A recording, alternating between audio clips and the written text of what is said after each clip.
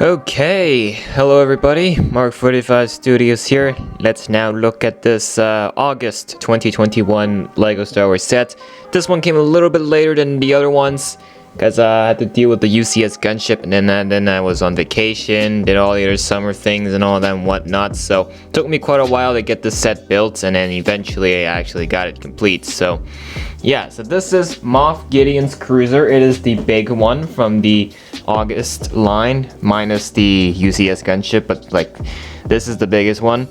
Well, the official name is called Imperial Light Cruiser, but you know, we all know this as Moff Gideon's cruiser, so there is that. So let's not waste any more time and duck right into this set. Okay, here is the light cruiser itself. It's not up to scale. I want to make that very clear for everyone who's watching and has not seen this set yet. It is not up to scale. This ship is a playset, so LEGO had to tone down the piece count as well as the size. In universe, this ship is a lot bigger than you would expect it to. So there's that. But overall, it is still a pretty decently sized ship. To the point where they've designed it where you can actually pick it up and play with it. The handle up here is designed intentionally for that reason. Obviously, it's better if you hold it at the bottom for the support, but they have this grip here, kind of like a grip, not exactly, but you hold on to this and you can just pick this up, fly this around, you know the deal, just like that. So the Imperial Light Cruiser is a much smaller scaled down tone of the Star Destroyer. Star Destroyers are probably like twice the size of these things, but these are smaller, and so therefore they're more fast and versatile, and in combat they can be quite devastating because, you know, they're quicker ships, and these are usually used for like, I don't know, like not so, these are like usually like the second in command ships in like a Star Destroyer fleet. So there's that. This overall whole color scheme, I mean, it's all gray and everything. It's a Imperial ship, so it's supposed to be like this anyways, but it's pretty good for the grays, the different colors of shades of grays going on here, really nice. Here is the front, and of course in the Mandalorian episode we see Bo-Katan fly Imperial shuttle right through here. And one of the key things that this set has is that it can open up and you can have full access to the inside. Now, it's not designed completely up to scale. There's obviously, the bridge is obviously not in here. The bridge is supposed to be up here, but obviously that's been taken. It's, you know, it's not up to scale. It's not accurate, so kind of just integrated to, you know, to make it more play friendly. It's not that heavy. A lot of people think, oh, these ships must be heavy. It's actually not that bad. The ship is actually quite durable, and it's not as heavy as you think. On this side, I guess it's like an airlock, whatever that is. Yeah, I think that's like an airlock, like to attach to Star Destroyers or like just bigger ships in general. And the same thing is shared on this side. The back is done very nicely with the exhaust thrusts and all that. Gives it a really nice flair. There's not much going on at the back here. There are no special prints or anything. It's just simplistic, just made the way it is. On the side here though is where you can store TIE fighters, mini TIE fighters. Yep, these are TIE fighters. So they try to shrink it down in scale just to show you how big the ship is by shrinking down the TIE fighter. So if a minifigure is this small, imagine how big this ship would actually be. So these TIE fighters have a major play feature on this ship, but to store them, you just stick them onto the side right here, and they do have a stud, so that will just keep it attached. And in case you're wondering, the same thing can be done on this side as well. So there is just another TIE fighter. So you get two of these mini TIE fighter builds. So the reason these TIE fighters are here in the first place is because of the major play feature that this Star Destroyer has, which is a TIE fighter launcher. So for that, I need to open up the main hatch. We'll obviously look at the inside in a second. But up here at the front, we have this little, oh god, okay, that can break. We have that little shot of the TIE fighter from the Mandalorian episode when, trying to think what the scene was. I think it was when Bo-Katan was flying the Imperial shuttle into Moff Gideon's cruiser. There was a shot where the TIE fighters were at the front being deployed and then they just launch out. It was a really cool shot. And they have that scene kept for this play feature here. So there is a little launcher at the back. Wanted to show you guys, but the roof collapsed on me. So I'm going to show you from this angle. You can see the little axle right here. So what you do is you slip the TIE fighter right between there. And to launch them, simple. You just hit the thing at the back. Just like that. Of course they'll fall to the ground because gravity. But yeah, you can launch the TIE fighters. I'll do it one more time. Just up here. And then, kerchoo. Oh, didn't catch it. But yeah, that's a fun play feature. I really like this. You know, to be able to launch these TIE fighters, can recreate, not only can recreate the scene, but definitely for a kid playing with this. You know how much fun they're gonna have just sitting there launching the TIE fighters? They can honestly do it all day if they wanted to, and that's a great feature for this ship. Now, of course, when you're not shooting the TIE fighters to store them, you just, okay, just do, slip them back in there, just like that. Okay, so other play feature wise, of course, they have their stud shooters in these mega cannons up here. These cannons are on a ratchet socket, so they can be moved just like this, super simple. And the spring-loaded shooters, there you go, I just fired both. Don't know how I managed to do that, but it's Lego Star Wars specialty to have these spring-loaded shooters in literally all of their builds now these days. So they have here, and then the same thing for this cannon and all that. Now the bridge piece, it's a sticker piece. Like I said, this is more of a handle to hold the ship rather than actually, you know, trying to be a bridge. But the actual bridge is inside the ship, which we'll now open up and look at the inside of it. There is an extra spring-loaded bolt stored back there. That's just, you know, for the sole reason of storing the bolt. So now, let's look at the inside. Okay, so I took the camera off just to, you know, get an easier in-hand shot of the inside of the ship. So this is the TIE fighter shooter. You can see this is where the launcher is, just to fire the thing. And then it's just being pushed by this axle. And there's this, of course, there's this little slip. You can just slip just for a, I guess that's just to create a smoother launch, so that it's not like it can just be launched smoother. I don't know how else to describe it. So there's that. On the sides here, we do have these little cannons on the sides. So there's that. Now that we're inside, let's take a look. So we got the main, I guess the command table, you know, the main table. There's a mug on it. Got some stickers for the and all that. We got some controls at the back, and then of course the extra bolt. These are, I guess, some storage boxes, you know, for munitions, weapons, and all that. And just some more computers on this side, and another computer on this side. That's pretty much it. There's really not a lot going on for the inside of this. Obviously, it could be a lot detailed. It's just very basic and straightforward. And then, of course, on the ceiling, we just got some red lights.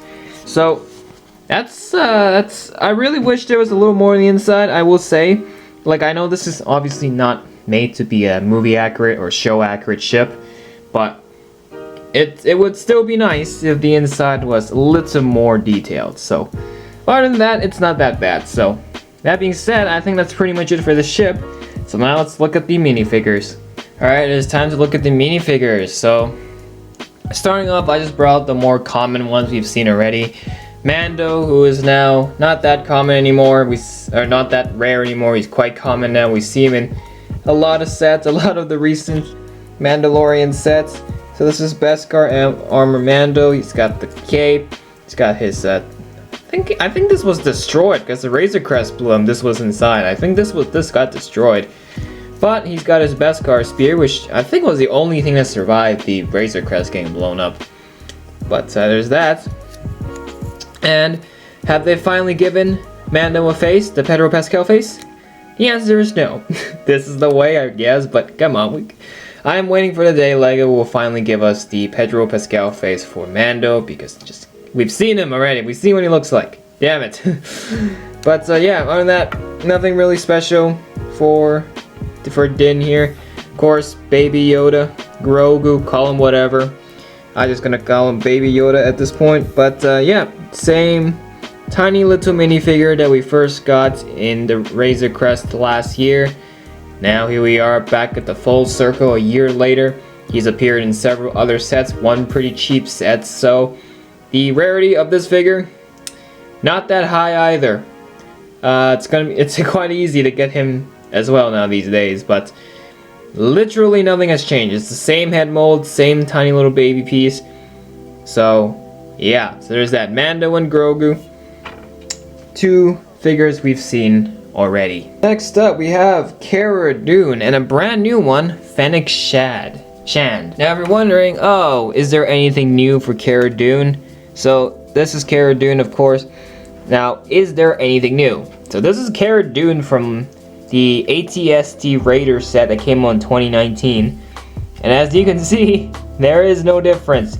She's wearing the exact same outfit, exact same prints, you name it. Nothing has changed for Cara Dune. So it is the same for this one's, but I don't think the ATST set I think it's retired. So this might be your only way to get Cara Dune now. So she has two faces, angry face, smiley face. She's got a big sniper rifle hairpiece. Very straightforward. And yeah, that's Cara Dune, my second one. But this is the new one, Fennec Shand. Finally, she made an appearance in Bad Batch, and you know, finally great to see her in a minifigure form. She's got her sniper, and I really like her helmet. The helmet she uses is really nice. It's almost got this like samurai-like vibe. Like she's got the visor, of course, which you can just see through, but she's got the mouth guard and all that. Like this is a very nice helmet. So to get this in Lego form is quite special. So her two face prints, there's that, and there's that. No really like angry expression going on for her. And yeah, so very nice prints for her outfits here. And yeah, so I'm just really happy. This Fennec Shand figure, perfect. It's exactly what I wanted out of that character. And hopefully we'll see this figure appear more in future sets. We'll never know. We'll find out soon enough. And finally, but definitely not the least, what is probably the best figures in this whole set. The two of the best figures in this set. Moff Gideon and a Dark Trooper. Not I would honestly think there would be more Dark Troopers, but there's only one. Now, Dark Troopers work as a group, as an army. So, seeing that this set only had one, it's a little bit disappointing. Why didn't LEGO just throw like one or two more? What's so bad about it? They gave us such a cool looking figure. Like, just look at him. Look at how nice this looks. He's got the Wrecker armor, shoulder pad piece, call it whatever. And he's got this super nice helmet design, which looks pretty much exactly like what they look like in the show. You take it off, there is an entire face print. So that just adds to it. But yeah, and just it's a full minifigure. It's not it is a droid, but it's a full minifigure piece. It's not those normal battle droids. It's got his gun, and yeah, this is a really sick looking figure. Obviously it has some Terminator influence. I guess that was the inspiration for these guys in the first place.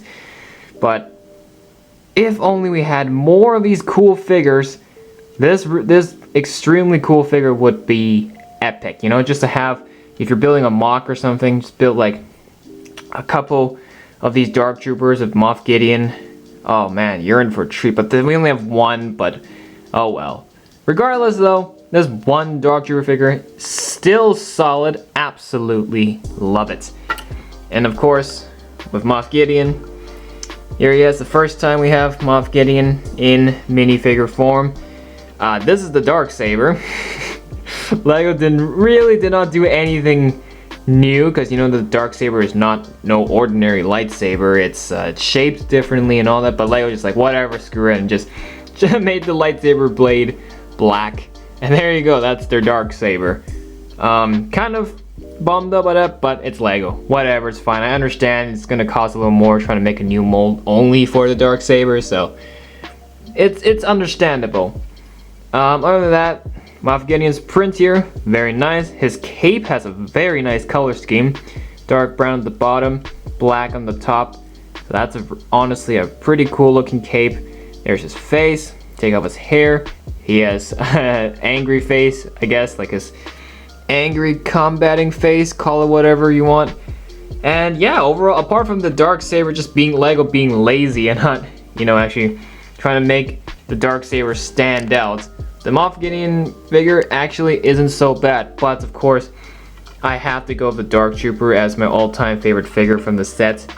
And yeah, so yeah, the two of the best figures in this set. So let's now look at the box, and now let's wrap up the review. Okay, here is the box. This is, you know, a $200 set, so the box is gonna be larger than usual. Set 75315. Mando's face is right on the top. Disney, you've got the list of minifigures down there. And then turning this thing around, just showing you some other stuff, you know, the play features, showing you how you can hold the ship by grabbing onto the bridge, as I've showed you earlier. You get a little shoot up between the Dark Trooper and Fennec Shand and Cara Dune. TIE Fighter storage department. There's a scene of Mando and Grogu just chilling right there.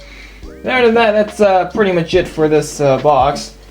Very straightforward box, but I really do like the backgrounds that LEGO does for their box art. So this is why I actually keep, some people are saying, why will you keep the LEGO boxes? This is why. You gotta appreciate some of the work that they do in these boxes. So yeah, that's it. Let's wrap up the review. For $200, obviously the ship will not be up to scale. It'll be much scaled down with less parts, and the TIE Fighters were obviously scaled down as well. And that's fine, because ultimately, this is a play set. These kind of Star Wars sets are designed for children to pick up and play with it. So, there is that. There is no particular, like, one-to-one scale version. That's what the UCS stuff is for. This has to be, well, quote-unquote affordable, but this is more affordable than most UCS sets, and that's already like a super big win. The figures were great, you know, getting Mando again, not surprised. Grogu, at this point, Grogu isn't really that rare anymore. Nice to see a new version of Cara Dune. Fennec Shand was definitely a great addition. The figure was awesome. Moff Gideon, also cool. Now the Dark Trooper was awesome, but I really wish we got more than just one, because Moff Gideon had an army at his disposal. We could at least get 3 Dark Troopers. I wouldn't mind the price going up a little bit, just to have 2 extra Dark Troopers. Cause it's cool and all, but only having 1 in this set seemed very lackluster. I really wish they had just had 2 more Dark Troopers. I will also say, hopefully LEGO in the future will make a Dark Trooper battle pack. I am telling you, I will buy 3 copies. It's gonna go like hotcakes. So, LEGO, if you're watching, please make a Dark Trooper battle pack. But other than that, this whole set is pretty solid. Has a little bit of flaws, but nothing's perfect. So, yep. So I'm gonna give it a 8 out of 10. Could use improvements, but you know, it's a pretty strong set. and I think you should definitely go get it for yourself if you see it on the toy store shelves. So yeah, so that's it for this one. If you want to see the other LEGO Star Wars reviews, be sure to check out throughout the channel for them. And that's it for this one. Thank you so much for watching. If you enjoyed, make sure to hit that like button and subscribe to the channel for more. And we'll see you all in the next one. Bye for now.